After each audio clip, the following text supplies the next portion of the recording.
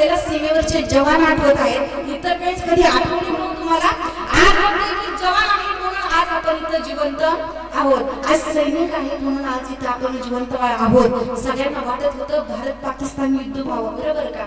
सगळ्यांना वाटत होतं भारत पाकिस्तान युद्ध व्हावं. पण कधी विचार केला का हो, त्या घरातील जो सैनिक सीमेवर आहे ना, त्या घरातील बहिणीला कधी वाटलं असेल का युद्ध व्हावं म्हणून?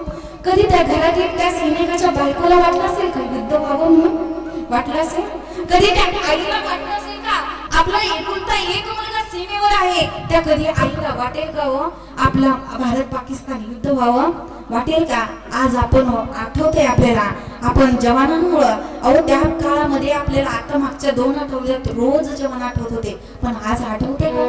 कधीतरी विचार केला पाहिजे. अरे आज आपण खातोय ना, आज आपण बसतोय, आज आपण उठतोय, गावोगावी फिरतोय, आयुष करतोय ना. जर कोणाच्या जीवावर असेल तर माझे सैनिक 24 तास सीमेवर आहेत ना, त्या सैनिकांच्या जीवावर आज आपण इथं आयुष करतोय.